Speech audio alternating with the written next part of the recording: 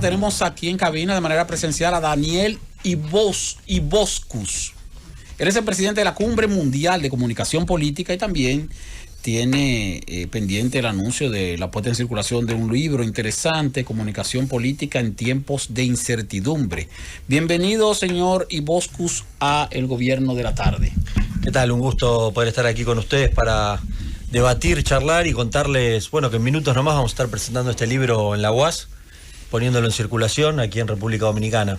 Esteban, que a pesar de tener un apellido, creo que como alemán, ¿verdad? Lituano, imagínate tú. Él es argentino.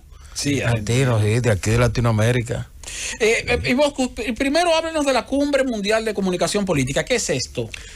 Bueno, la Cumbre Mundial de Comunicación Política es un encuentro donde participan políticos, consultores, académicos, periodistas, funcionarios públicos, todas las estudiantes o carreras o profesionales de las carreras afines que hacen una campaña electoral, y fundamentalmente trabaja dos ejes centrales, que son las campañas electorales y la comunicación de gobierno.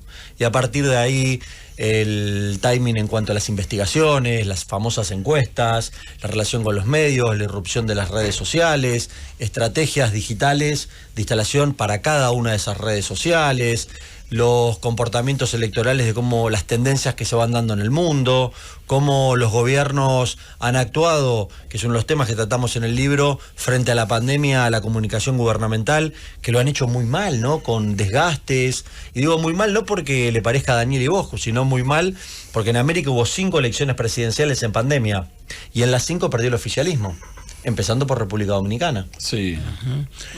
Y Bosco, ahora tú hablas de comunicación política. Mucha gente cree que la comunicación política y el marketing político se usa solamente en la campaña para llegar al poder, pero también se usa cuando llegan al poder para comunicarse con el pueblo. Háblanos algo de eso. Bien, nosotros partimos de un concepto que es que la comunicación es constante, es permanente. Lo que pasa es que una cosa es la campaña electoral y otra cosa es la comunicación de gobierno. La primera gran diferencia es que en una campaña electoral termina un día y un gobierno pueden ser 4, 5, 6 años de manera ininterrumpida.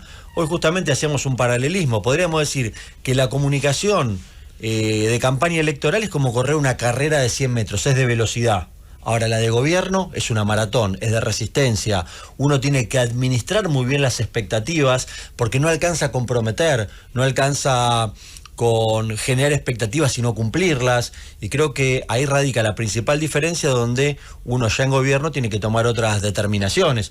Uno de los grandes desafíos que le pasa a un montón de candidatos es que ganan, no esperaban ganar por una oleada, porque los arrastró un candidato presidencial, y bueno, y es la primera frase, bueno, ganamos y ahora qué, ¿no? ¿Cómo gobernamos? ¿Cómo entrenamos a los equipos? ¿Cómo somos más eficientes? ¿Cómo generamos en tiempos de incertidumbre empatía con la sociedad? Han cambiado las reglas de relación entre gobiernos y ciudadanos, y los que no se dan cuenta los termina sacando la gente. Hemos visto en los últimos años hasta cierto punto un debilitamiento, descrédito del sistema político en la región y el surgimiento de presidentes que son el fruto de movimientos sociales, a veces improvisados, pero que llegan al poder. Entonces quisiera plantearle, por un lado, ¿qué usted opina sobre el sistema de partido?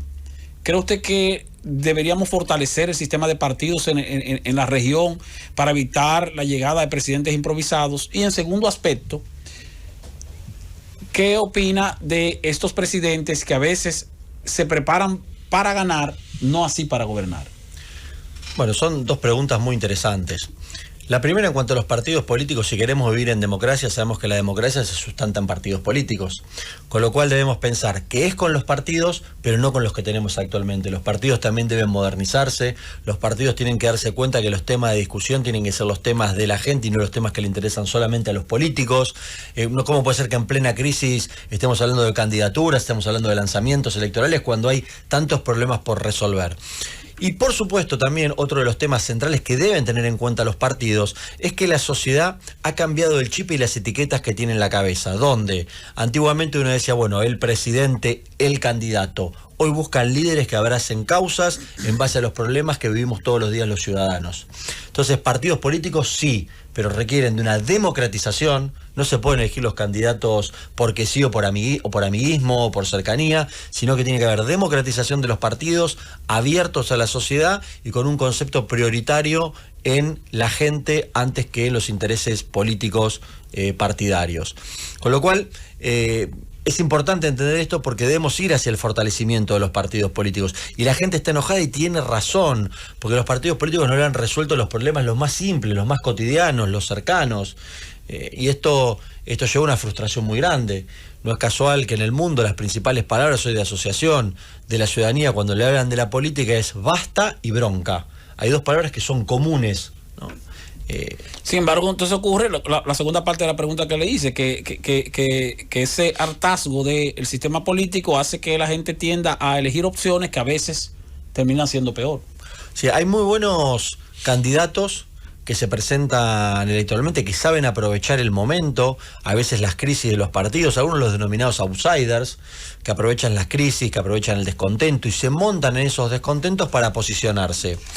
Porque debo decirle algo que no es lo que a mí me gustaría, sino que es lo que pasa. En una campaña electoral no se vota por los mejores proyectos, lamentablemente. No es que alguien va con su carpeta, tengo todas estas ideas, todos estos proyectos, y la gente elige y dice, aquel es mejor en transporte, aquel en seguridad, aquel en economía. De ninguna manera. La gente vota emocionalmente y se han definido los últimos procesos electorales en el mundo no por simpatía electoral de las propuestas o de un candidato, sino por odio a otros que no lleguen. Para poner algunos ejemplos concretos, en el Ecuador, Guillermo Lasso, actual presidente, saca 19 puntos en la primera vuelta y termina ganando, solamente crece en su sustento electoral en segunda vuelta para que no vuelva Correa.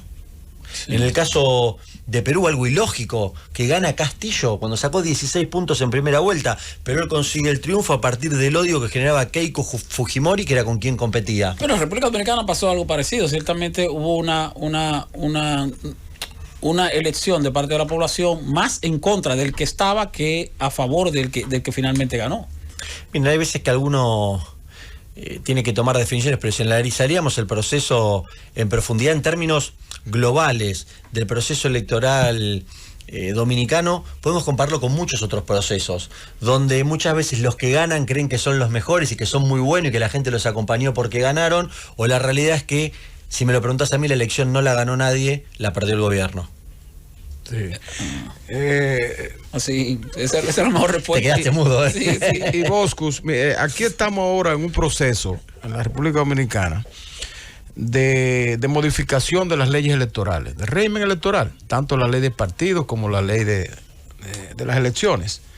Y la Junta, ya en las elecciones pasadas habíamos logrado la descentralización, la separación el voto preferencial en algunos renglones, y que la Junta Central Electoral regente los procesos internos de los partidos. Entonces, estamos todavía en ese dilema. ¿Cuál es ahora mismo lo que está primando en Latinoamérica en ese sentido? Mire, yo lo que le podría decir, que no hay recetas o modelos que se copien y sean iguales para todos los países y funcionen. No es porque algo funciona en República Dominicana, va a funcionar en Argentina o en España. El primer tema que debe generar todo cambio de ley electoral y de régimen electoral es el acuerdo de los participantes de una elección, los partidos políticos, y en segundo lugar, ser confiables para la ciudadanía. Esto no debe pensar que uno cambia las leyes electorales porque le conviene al gobierno, o cambia las leyes electorales porque le conviene a algún sector que además está acordado con el gobierno. Las leyes electorales deben ser por acuerdo de partidos, pero además tienen que ser sistemas que generen confianza en la sociedad. Lo que no puede romper un cambio electoral es la pérdida de confianza en el sistema y en el voto por parte de la ciudadanía.